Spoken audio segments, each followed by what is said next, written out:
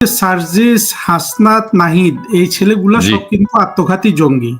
হ্যাঁ, জি গত বছর 5 আগস্টে সেনাবাহিনীর মানে সেনাবাহিনী সরকারের সাথে বেইমানি করার পরে এই ছেলেগুলো এখন নায়ক হয়ে গেছে। এরা কিন্তু প্রত্যেকে আত্মঘাতী জঙ্গি। বাংলাদেশের আজকে যে দুরবস্থা এর জন্য এরা দায়ী, এবং ভবিষ্যতে কখনোই আপনি এই ছেলেগুলাকে বাঁচিয়ে রাখতে পারবেন না।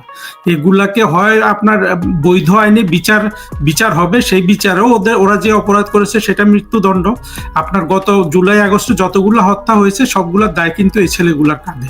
তারপরে আপনি যদি এদেরকে বাঁচিয়েও রাখেন, এরা ভবিষ্যতে এরা যেই পরিমাণ অপরাধ বাংলাদেশ রাষ্ট্রের সাথে করেছে, এই পরিমাণ অপরাধ কোনো রাষ্ট্রের সাথে করে কোনো মানুষ কিন্তু আপনার মানে কি বলে স্বাভাবিক মৃত্যুর আর তার গ্যারান্টি থাকে না এই ধরনের অপরাধ করে ফেলার পর।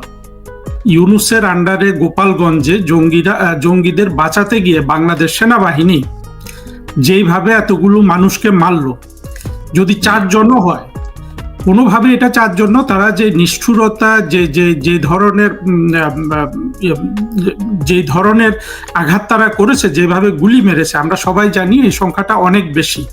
হ্যাঁ, এখন ওই যে আপনি দেখতে পাচ্ছেন এখানে বলছে 391 জন নিখোঁজ, কিন্তু যে জিনিসটা আমি বলবো, আপনি যদি দুটো ঘটনা কল্পনা করেন, যে ভায়োলেন্স ইউনূস করলো গোপালগঞ্জে, সেই মাত্রার ভায়োলেন্স যদি প্রধানমন্ত্রী শেখ হাসিনার গভর্নমেন্ট করত, তাহলে কিন্তু জুলাই আগস্টে কমপক্ষে 50,000 মানুষ মরে যাওয়ার কথা। শুধু জিনিসটা চিন্তা করে দেখুন। আপনার দর্শকদের আমি এই জিনিসটা চিন্তা করার জন্য অনুরোধ করব, যে ইউনূসের আন্ডারে আপনার গোপালগঞ্জে সাধারণ মানুষকে খুন করার জন্য যেই ধরনের ফোর্স ইউনূসের আর্মি ব্যবহার করলো, সেই একই মাত্রার ফোর্স যদি গত বছরের জুলাই আগস্টে শেখ হাসিনা সরকার অ্যাপ্লাই করতো, তাহলে কমপক্ষে 50,000 মানুষ খুন করে ফেলার কথা ছিল।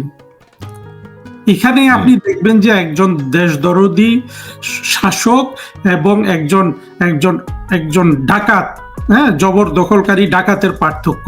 প্রধানমন্ত্রী শেখ হাসিনা যাতে মানুষ আরো খুন না হয়, যেই মারুক, জঙ্গিরা মারছে, কিন্তু সেটা তখন আর আয়ত্তে ছিল না, তখন উনি কিন্তু জিনিসটা যাতে আর না হয় সেজন্য উনি সরে গেছেন পিকচার থেকে। এমন নয় যে প্রধানমন্ত্রী শেখ হাসিনা পদত্যাগ করেছেন বা ইত্যাদি, উনি এখনো বাংলাদেশের বৈধ প্রধানমন্ত্রী। তাহলে ক্ষমতাটা দখল করলো অবৈধ ইউনূস, তার জঙ্গিরা এবং জঙ্গি সহযোগীরা।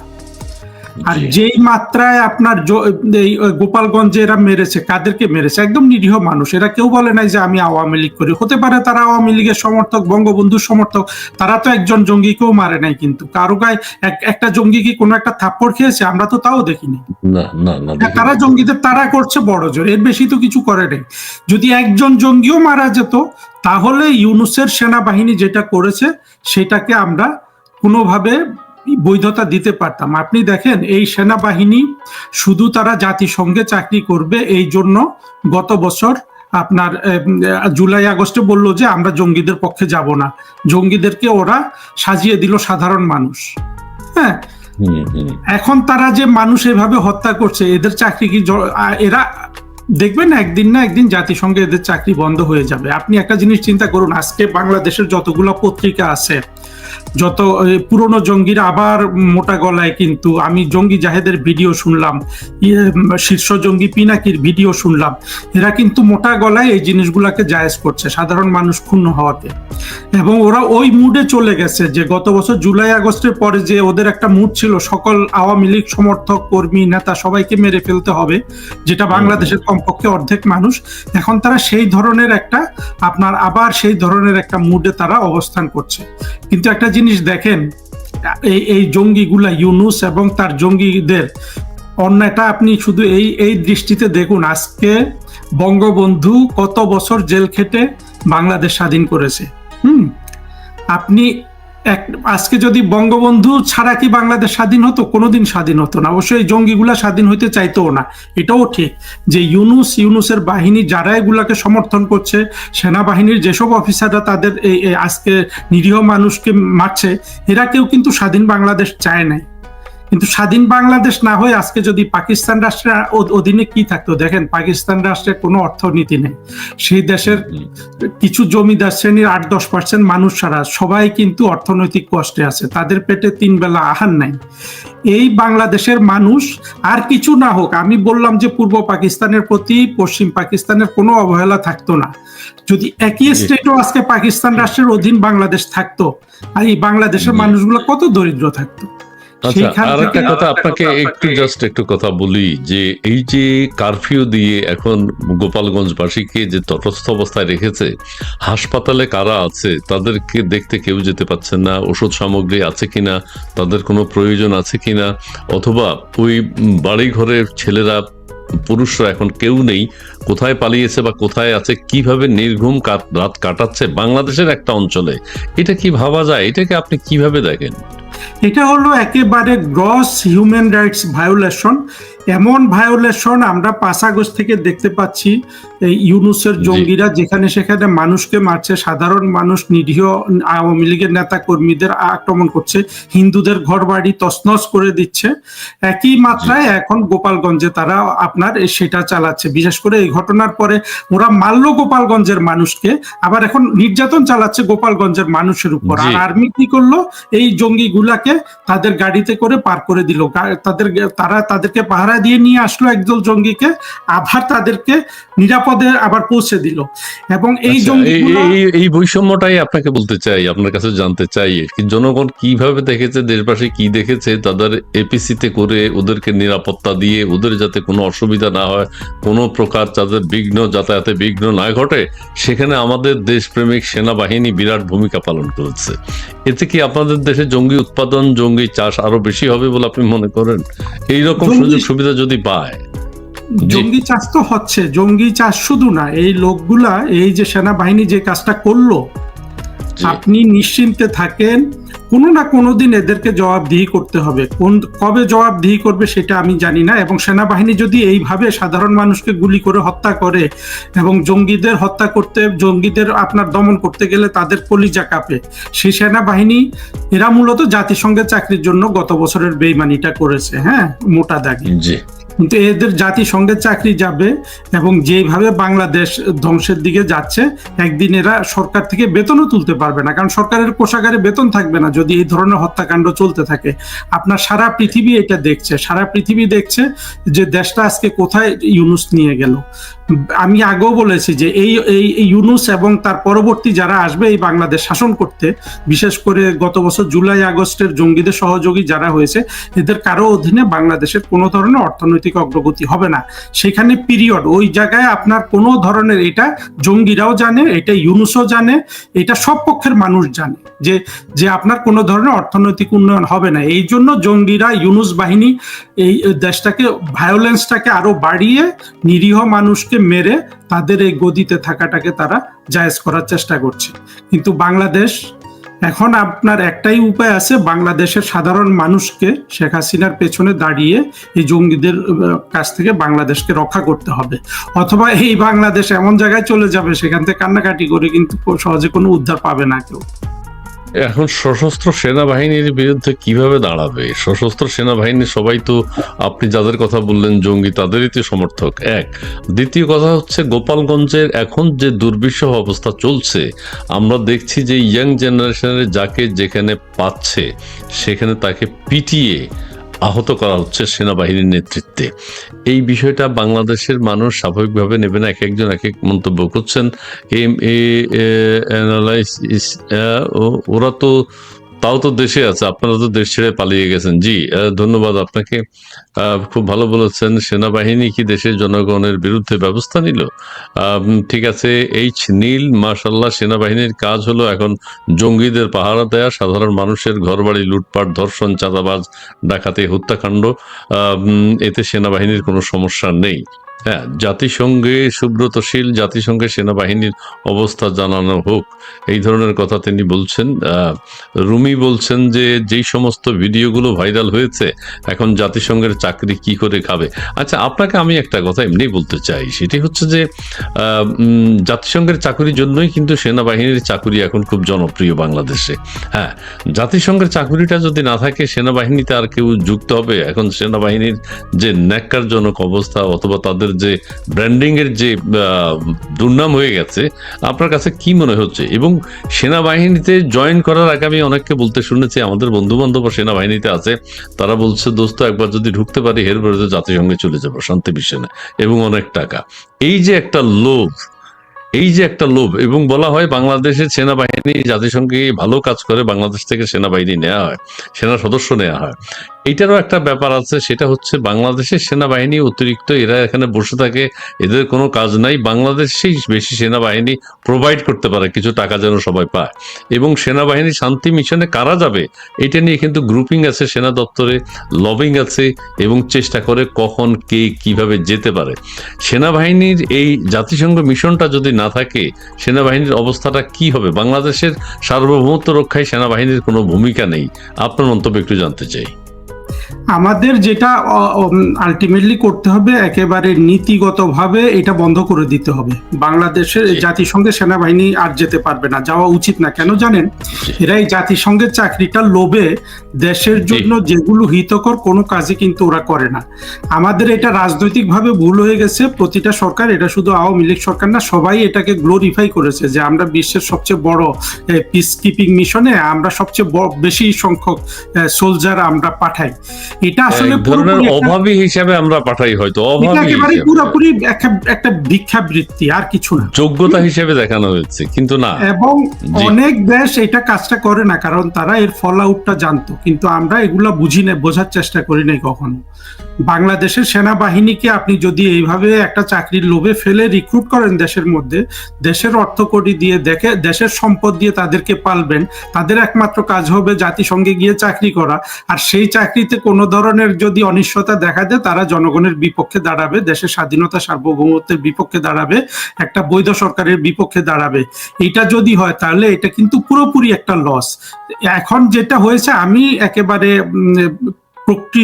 মানে সুস্পষ্টভাবে দেখতে পাচ্ছি, ইউনূস যদি আর 2-1 বছর কন্টিনিউ করতে পারে, জাতিসংঘ অটোমেটিক্যালি কিন্তু এই সেনাবাহিনীর থেকে বাংলাদেশ থেকে রিক্রুট করা বন্ধ করতে বাধ্য হবে। কারণ হলো, সারা পৃথিবী থেকে এই রবটা উঠবে যে যেই সেনাবাহিনী নিজের দেশের বৈধ সরকারকে বাঁচাতে পারে না, যে সেনাবাহিনী জঙ্গিদের পাহারা দেয়, জঙ্গিতন্ত্রকে প্রমোট করে, যে সেনাবাহিনীর মনে হচ্ছে প্রায় মানে একটা বড় সংখ্যা আপনার কি বলে মগজ ধোলাইকৃত জঙ্গি এবং জঙ্গি সহযোগী, সেই সেনাবাহিনীকে কিন্তু পশ্চিমের দেশগুলো বাধা দেবে। এবং এইটা ইউনূস যদি 1-2 বছর কন্টিনিউ করে, এটা এখানেই হবে। হ্যাঁ, আওয়ামী লীগের হয়তো এখন যে অবস্থা, আওয়ামী লীগের পক্ষ থেকে অবশ্যই এই জিনিসগুলো ভালো করে রেস করা উচিত, কিন্তু আমি জানি না তারা কি করছে। আমি তো আওয়ামী লীগের সাথে কোনো ইনকোঅর্ডিনেশন কাজ করছি না, আমি একজন ইন্ডিভিজুয়াল হিসাবে বলছি। প্রথম কথা হলো, জাতিসংঘে সেনাবাহিনীর চাকরি করতে যাওয়া বাংলাদেশের জন্য একটা অভিশাপ, এটা বন্ধ করতে হবে। এটা যারাই বাংলাদেশ চালাক, এটা কারো পক্ষে যাচ্ছে না। এখন একটা গোষ্ঠী, জাতিসংঘে শুধু সেনাবাহিনী না, পুলিশ, র্যাব, সবাইকে বন্ধ করে দেওয়া উচিত। বাংলাদেশের বেতনে এদের, বাংলাদেশের টাকা এদের বেতন হবে, বাংলাদেশের স্বার্থে এরা ব্যবহৃত হবে। জাতিসংঘে যাওয়াটা পুরোপুরি বন্ধ করে দিতে হবে। এটা বাংলাদেশের প্রভূত ক্ষতি করেছে।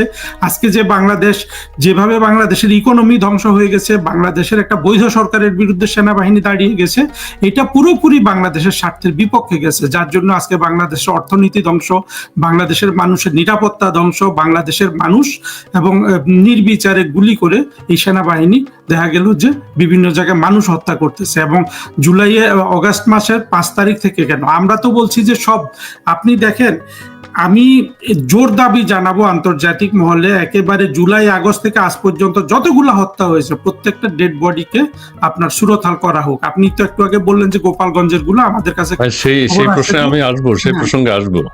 জি, না মানে জুলাই আগস্টে যাদেরকে হত্যা করে তাদেরকে ময়নাতদন্ত করা হোক। প্রতিটা লাশের ময়না তদন্ত করে, কারণ যদি বের করে এটা ইউনুস জঙ্গিরা কিন্তু ধরা পড়বে, এতে আমাদের কোনো সন্দেহ নাই। আমরা যারা এই চালাকি এই ষড়যন্ত্রগুলো বুঝে গেছি। এই জন্য শেখ হাসিনাও কিন্তু দাবি জানিয়েছেন যে প্রত্যেকটা লাশের ময়না তদন্ত করা হোক।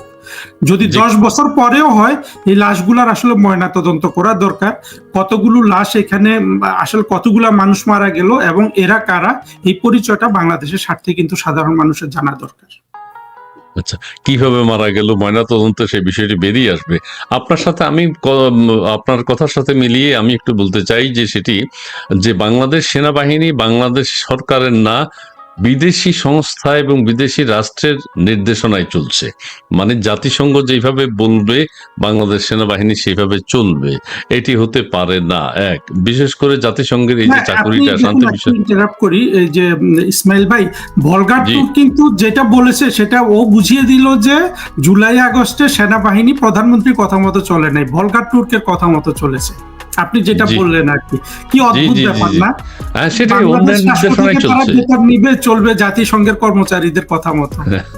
জি জি। এখন আপনাকে আমি যে বিষয়টি বলতে চাই, আরেকটি বেশ বেআইনি কাজ হয়েছে, সেটি হচ্ছে এটি সাধারণত হওয়ার কথা না। 4 জনের মৃত্যু স্বীকার করেছে সরকার নিজেই, এবং এই 4 জনের কোনো প্রকার ময়নাতদন্ত হয়নি, যেটি অত্যন্ত জরুরি ছিল। কিভাবে মারা গেল, কারা মারা গেল, কেন মারা গেল, কোন গুলির আঘাতে কার দ্বারা মারা গেল, অনেক কিছু বেরিয়ে আসতো ময়নাতদন্ত করা হলে। এখন কোনোভাবেই যে ডেড বডিগুলো ছিল তাদের আত্মীয় স্বজন থানায় নিয়ে গেছে, থানার দরজা বন্ধ, থানায় ঢুকতে পারে নাই, ঠিক আছে। এরপরে থানা থেকে হাসপাতালে নিয়ে গেছে ময়নাতদন্ত করবার জন্য, হাসপাতাল থেকে তাদেরকে ফিরিয়ে দেওয়া হয়েছে, বললো যে আপনারা এখান থেকে চলে যান, গন্ডগোল হতে পারে, আপনাদের এখানে থাকাটা বেশিক্ষণ থাকাটা ঠিক হবে না, এই কথা বলে তাদেরকে বাড়িতে পাঠিয়ে দেওয়া হয়েছে এবং তাদের ময়নাতদন্ত ছাড়া দ্রুত দাফন করতে বলা হয়েছে, সেটি তারা করেছেন। এবং আরেকটি কথা, ময়নাতদন্তের প্রশ্নই আসে নাই কি কারণে, আবার পুলিশ পক্ষ থেকে বলা হয়েছে যে তারা জঙ্গিরা, সন্ত্রাসীরা হাসপাতাল থেকে ডেড বডি ছিনিয়ে নিয়ে গেছে। এই যে একটা অসত্য কথা, ডেড বডিগুলো হাসপাতাল থেকে সন্ত্রাসীরা ছিনিয়ে নিয়ে গেছে, এটা হচ্ছে পুলিশের ভাষ্য। আর ডাক্তারদের ভাষ্য হলো হাসপাতালে যখন গার্ডিয়ানরা নিয়ে গেল ডেড বডিগুলো হাসপাতাল থেকে, তখন তাদেরকে বলা হলো আপনারা এখান থেকে নিয়ে যান, এখানে গন্ডগোল হবে, গ্যাঞ্জাম হবে। সো তারা নিয়ে এসছেন, কাজে অভিভাবকরা পোস্টমর্টেম করার জন্য ঘুরেছেন, কিন্তু কোনোভাবে সেই সুযোগ তাদেরকে দেয়া হয়নি। আরেকটি কথা বলতে চাই, এই যে ছেলেগুলা মারা গেল, এদের জন্ম হলো, এরা মারা গেল কিনা, মৃত্যু হলো কিনা তার কোনো প্রমাণ নাই, কোনো ডেথ সার্টিফিকেট নাই, কোনো ময়নাতদন্ত নাই, অর্থাৎ তারা চিরবিদায় হলেন কিনা, তাদেরকে শহীদ করা হলো কিনা, সেই ধরনের প্রুফ কোনো এই সরকার রাখতে দেয়নি। আপনার বক্তব্য একটু জানতে চাই, এটা কতটা আইন সিদ্ধ হয়েছে, কি মনে হয় আপনার?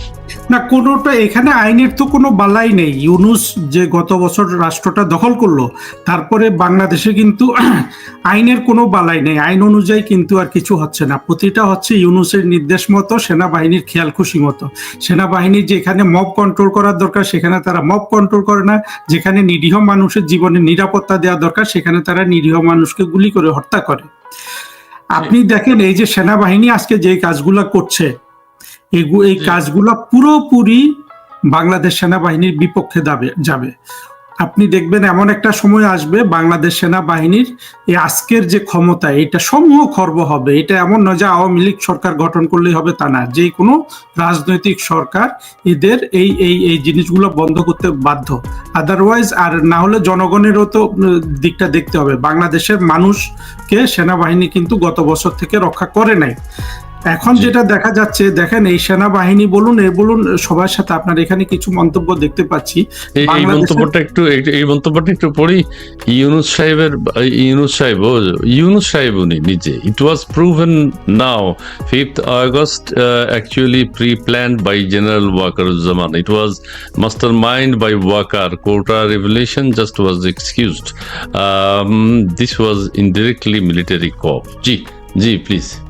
না, উনি যেটা বলছে এটাই কিন্তু সত্য হিসাবে আসে, ভেতরের কথা আমি জানি না পেছনে কি হয়েছে, কিন্তু জি রেজাল্ট গুলা কিন্তু এটাই মিন করে। হ্যাঁ, সেখানে জি জি ওয়াকারুজ্জামানের দায় কতটা সেটা আমি বলতে পারবো না, কিন্তু যেটা রেজাল্ট হয়েছে সেই রেজাল্টের এগেনস্টে উনি যে ব্যাখ্যাটা দিলেন সেটাতে কিন্তু আপনি অযৌক্তিক কিছু বলতে পারবেন না। তারপরে আরেকটা জিনিস দেখেন, বাংলাদেশের আজকে কোনো পত্রিকা, কোনো গণমাধ্যম এই এই এই এই এই যে একজন নুরুল কবিরের কথা বললো, এই লোকগুলাকে সবাই চিনে যে এরা খুব ভালো কথা বলে, এরা এরা সত্যের পক্ষে বলে, ন্যায়ের পক্ষে বলে। আজকে যেভাবে নুরুল কবির কথা বলছে, যেভাবে জঙ্গি জাহেদ কথা বলছে, হ্যাঁ, যেভাবে বাংলাদেশের ভেতর থেকে বিভিন্ন পত্রপত্রিকা লিখছে, এই জি ধরনের আপনার মানে হলো যে অন্যায়ের পক্ষে এইভাবে সাফাই গাওয়া একটা জাতিতে যখন সবাই অন্যায়ের পক্ষে চলে যায়, সেইটা এটাও সেটার একটা ব্যাখ্যা হলো যে এই অন্যায় আর বেশি দিন টিকবে না এবং তাদেরকে সত্যের মুখোমুখি হতে হবে এবং সবাইকে কিন্তু বিচারের মুখোমুখি হতে হবে। আওয়ামী লীগের যেটা ভুল হয়ে গেছে সেই ভুল তারা এখন শুদ্ধ না করে আর পারবে না। আওয়ামী লীগ বাংলাদেশ রাষ্ট্রের উন্নতি করেছে, কিন্তু দেশটাকে যে মুক্তিযুদ্ধের চেতনায় একটা অসাম্প্রদায়িক পথে চালানো দরকার সেই জায়গায় তারা যথেষ্ট শিথিলতা দেখিয়েছে। সেই জি শিথিলতার ফল এখন আওয়ামী লীগ পাচ্ছে, সাথে আমরা নিরীহ মানুষরাও পাচ্ছি। আর জি ফল হচ্ছে যে মুস্তাফ বাংলাদেশের আপনার আপনার সংখ্যালঘুরা পাচ্ছে, সব নারীরা পাচ্ছে, আর সাধারণ মানুষও পাচ্ছে, তাদের অর্থনীতি, তাদের ভবিষ্যৎ সবকিছু ধ্বংসের মাধ্যমে। ধ্বংস। সার্জিস, হাসনাত, নাহিদ, এই ছেলেগুলা জি সব কিন্তু আত্মঘাতী জঙ্গি। হ্যাঁ, জি গত বছর 5 আগস্টে সেনাবাহিনীর মানে সেনাবাহিনী সরকারের সাথে বেইমানি করার পরে এই ছেলেগুলো এখন নায়ক হয়ে গেছে। এরা কিন্তু প্রত্যেকে আত্মঘাতী জঙ্গি। বাংলাদেশের আজকে যে দুরবস্থা এর জন্য এরা দায়ী, এবং ভবিষ্যতে কখনোই আপনি এই ছেলেগুলাকে বাঁচিয়ে রাখতে পারবেন না। এগুলাকে হয় আপনার বৈধ আইনে বিচার হবে, সেই বিচারেও ওরা যে অপরাধ করেছে সেটা মৃত্যুদণ্ড। আপনার গত জুলাই আগস্টে যতগুলো হত্যা হয়েছে সবগুলোর দায় কিন্তু এই ছেলেগুলার কাঁধে। তারপরে আপনি যদি এদেরকে বাঁচিয়েও রাখেন, এরা ভবিষ্যতে এরা যেই পরিমাণ অপরাধ বাংলাদেশ রাষ্ট্রের সাথে করেছে, এই পরিমাণ অপরাধ কোনো রাষ্ট্রের সাথে করে কোনো মানুষ কিন্তু আপনার মানে কি বলে স্বাভাবিক মৃত্যুর আর তার গ্যারান্টি থাকে না এই ধরনের অপরাধ করে ফেলার পর। জি আপনি যে কথা বলছেন, তৌহিদ টিপু বলছে হাসনাত না ওয়াকার, এই স্লোগান তো অনেক আগের। এখন আপনি যা বলেন বলেন, কিন্তু হাসনাত তো সেনাবাহিনীর প্রধান হয়ে যাচ্ছে কিছুদিনের মধ্যে, তার কলিজা নাকি অনেক বড়। এখন ইউনূস তো তাই করতে চাইবে। ইউনূস অবশ্যই ওয়াকার সাহেবকে ইউনূস অনেক খুশি হবে হাসনাত যদি সেনাবাহিনী প্রধান হয়, এতে তো কোনো সন্দেহ নাই।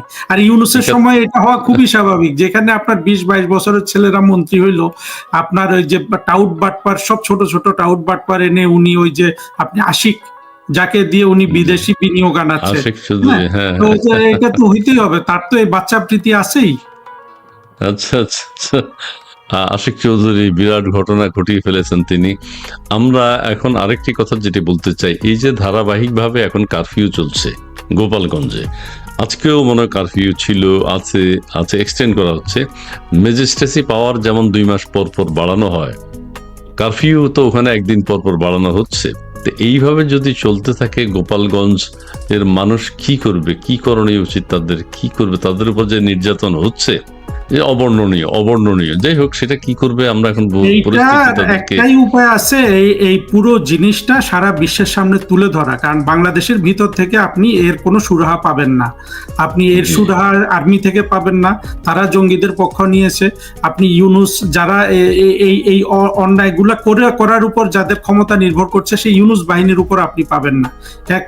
একমাত্র উপায় হলো সারা বিশ্বের সামনে এই জিনিসগুলা অর্গানাইজড ওয়েতে তুলে ধরা। এই মুহূর্তে আর কোনো বিকল্প আমি দেখছি না। অনেকগুলো পরিস্থিতি হতে পারে। প্রথম কথা হলো, সেখানে গিয়ে তারা গোপালগঞ্জের আরো অনেক নিরীহ মানুষকে খুন করে আসতে পারে, সেটা সম্ভাবনা আছে।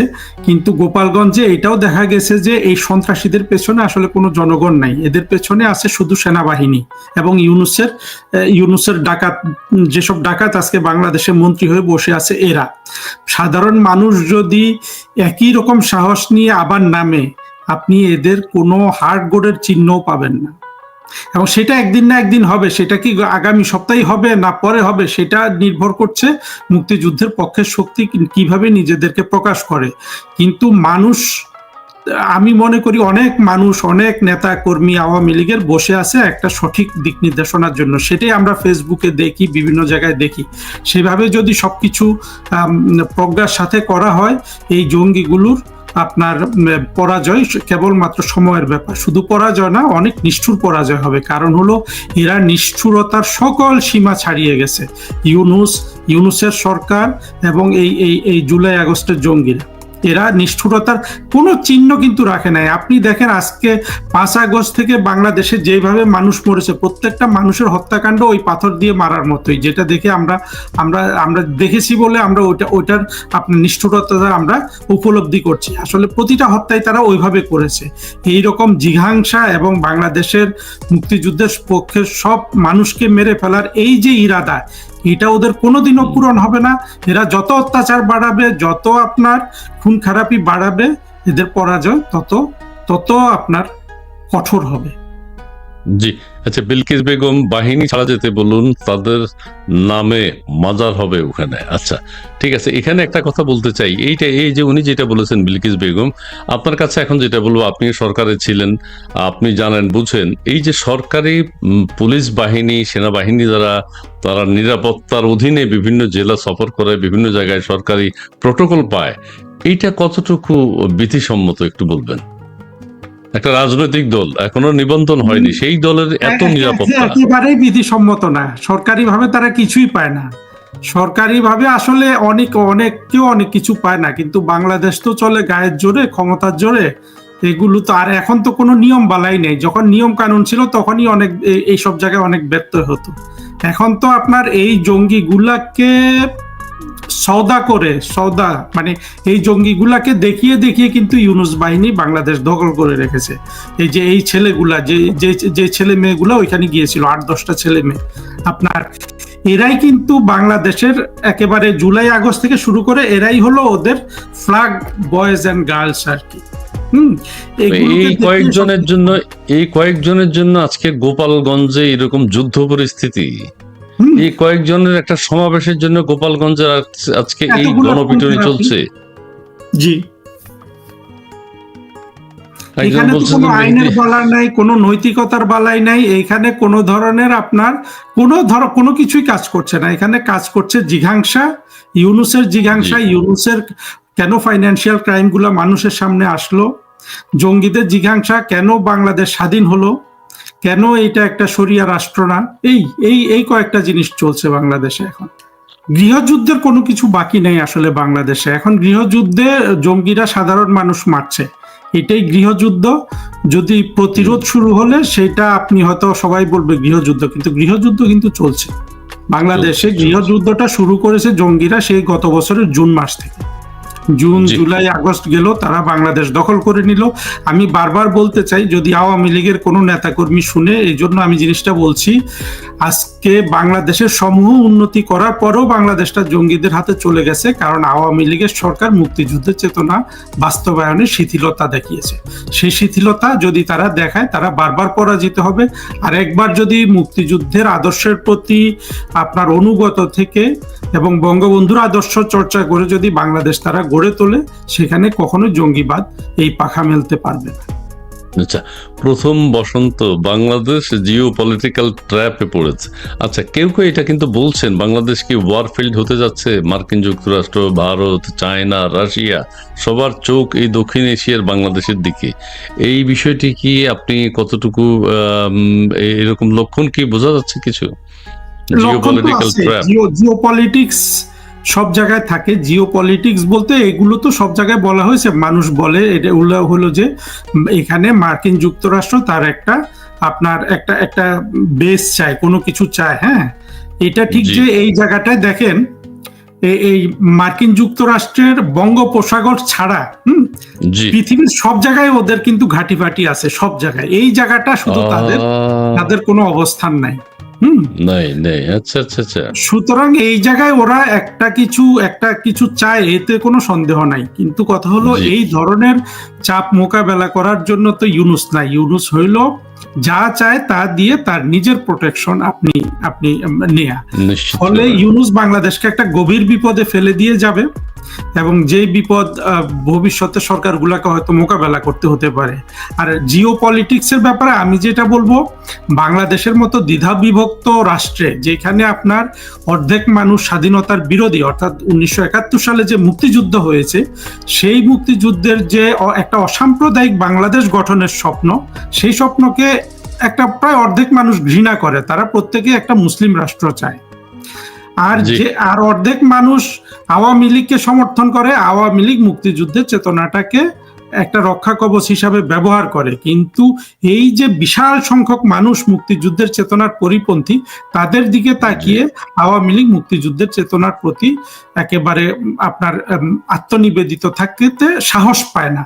কিন্তু সমাধানটা হইল, জঙ্গিরা যেভাবে তাদের আদর্শ বাস্তবায়নে কৌশল করে, জ্ঞান চর্চা করে, আপনার খুন খারাপি করে, সেই রকম মুক্তিযুদ্ধের চেতনাটাকে এগিয়ে নিতে হবে। এছাড়া এদেরকে দমন করার আর কোনো রাস্তা নাই। আরেকটা জিনিস এখানে বলতে হবে, সেটা হলো দেখেন, বাংলাদেশে আওয়ামী লীগের পক্ষে, আওয়ামী লীগ ছাড়া কিন্তু বাংলাদেশে মুক্তিযুদ্ধের পক্ষে কেউ আছে আমরা এটা বলতে পারবো না। এই জন্য যে গত বছর জুলাই আগস্টে জঙ্গিরা যখন এই হত্যাকাণ্ডে নেমে গেল, এই উত্থানটা করলো, আমরা দেখছি যে অনেক বাম দল, এই দল সেই দল, সবাই কিন্তু এখনো সেই জঙ্গিদের যে সরকার ইউনূসের সাথে তারা কিন্তু বৈঠক করে। সুতরাং এই দলগুলা বুঝে হোক না বুঝে হোক, এরা আর বাংলাদেশের মূল ধারায় নাই। সুতরাং আওয়ামী লীগকে এই দায়িত্ব নিতে হবে, প্রধানমন্ত্রী শেখ হাসিনাকে এই দায়িত্ব নিতে হবে, বাংলাদেশকে আজ হোক কাল হোক মুক্তিযুদ্ধের চেতনায় ফিরিয়ে আনতে হবে, যদি বাংলাদেশের এই বিশাল সংখ্যক মানুষের আপনার জীবন মানের উন্নতির কোনো করতে চায় কেউ। এর বিপরীতে যেটা হচ্ছে, ইউনূসের নেতৃত্বে প্রতিদিন মানুষ দরিদ্র হচ্ছে, সেটাই হতে থাকবে এবং প্রতিদিন মানুষের জীবনে অনিশ্চয়তা তৈরি হবে।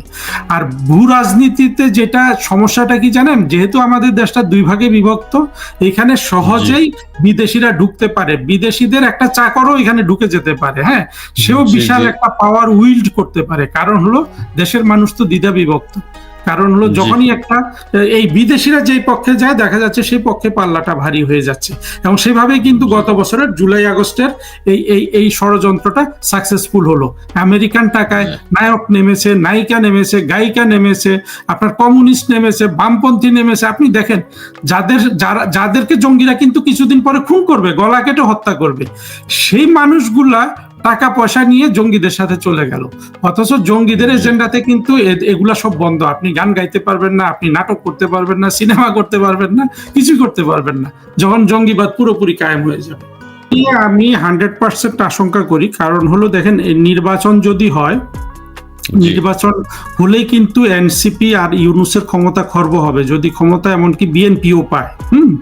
আর সঠিক নির্বাচন হলে, অর্থাৎ যে নির্বাচনগুলোকে আদর্শ নির্বাচন হিসাবে সবাই বলতে চায়, সেই রকম নির্বাচন হলে কিন্তু আওয়ামী লীগ ক্ষমতায় চলে আসবে। আপনি আওয়ামী লীগ ছাড়া তো বাংলাদেশে কোনো নির্বাচন করতে পারবেন না। সেই নির্বাচন দেশে বিদেশে কোথাও কিন্তু গ্রহণযোগ্য হবে না। আওয়ামী লীগের তো নিবন্ধন নেই, নিবন্ধন বাতিল করে দিয়েছে। এর অর্থ হলো যে ওরা আওয়ামী লীগকে কিন্তু নির্বাচনের পিকচারে রাখতেই চায় না। সুতরাং এখন যেই নির্বাচন হবে, সেই নির্বাচন কোনোভাবে গ্রহণযোগ্য হবে না। কিন্তু ওই রকম অগ্রহণযোগ্য নির্বাচন হলেও যদি বিএনপি ক্ষমতায় আসে, ইউনূসের ক্ষমতা কোনো না কোনো ভাবে খর্ব হবে। ইউনূসকে যদি তারা একটা সেফ এক্সিট দেয়ও, এই যে এত খুন খারাপি হচ্ছে, সেনাবাহিনী খুন করছে, জঙ্গিরা খুন করছে, এতগুলার সেফ এক্সিট কিন্তু বিএনপি দিতে পারবে না। তারা যদি রাজনৈতিক সরকার হিসাবে আসে, তাদেরকে কিছু না কিছু আইন কানুনের অধীন থাকতে হবে। সুতরাং এখন যেটা হচ্ছে, নির্বাচনের আসলে কোনো সম্ভাবনা নাই। গোপালগঞ্জের সমস্যা করে বারবার যদি ইউনূস যদি নির্বাচনকে অনির্দিষ্টকালের জন্য পিছিয়ে দিতে পারে, এটা ইউনূসের স্বার্থ সবচেয়ে বেশি সংরক্ষিত হবে এখানে, তাতে কিন্তু কোনো সমস্যা নাই, সন্দেহ নাই। তা আমি আমার আগের পয়েন্টে যেতে চাই, কারণ ওই ধর্ম নিয়ে কথা বলা তো বিপজ্জনক। পুরো জিনিসটা না বললে আবার মানুষের কাছে দেখুন, বাংলাদেশকে সঠিকভাবে চালাতে হলে ইসলাম ধর্মের অধীনে থাকতে হবে। সেই ধর্মটাকে করতে হবে। যেসব দেশ জঙ্গি নির্মূল করেছে কিন্তু ধর্ম ঠিক রেখেছে, তাদের থেকে কিছু উদাহরণ নিতে হবে। অর্থাৎ মানুষের যে ধর্ম, সেটা ধর্মই থাকবে, কিন্তু জঙ্গিবাদ থাকবে না। এইরকম একটা পদ্ধতি চালু করতে হবে। এবং সেটা করার জন্য একমাত্র রাজনৈতিক শক্তি হলো মুক্তিযুদ্ধের পক্ষের শক্তি। বাকি যারা আছে তারা কিন্তু কোনো না কোনো ভাবে জঙ্গিদের কাছে ধরা। আপনি আজকে বিএনপি কে জঙ্গিরা এত অপমান করছে কেন? আসলে তো সত্য কথা হলো যে এই জঙ্গিদের সাথে বিএনপি গেছে। হ্যাঁ, বিএনপি একে তো হলো যে তাদের কোনো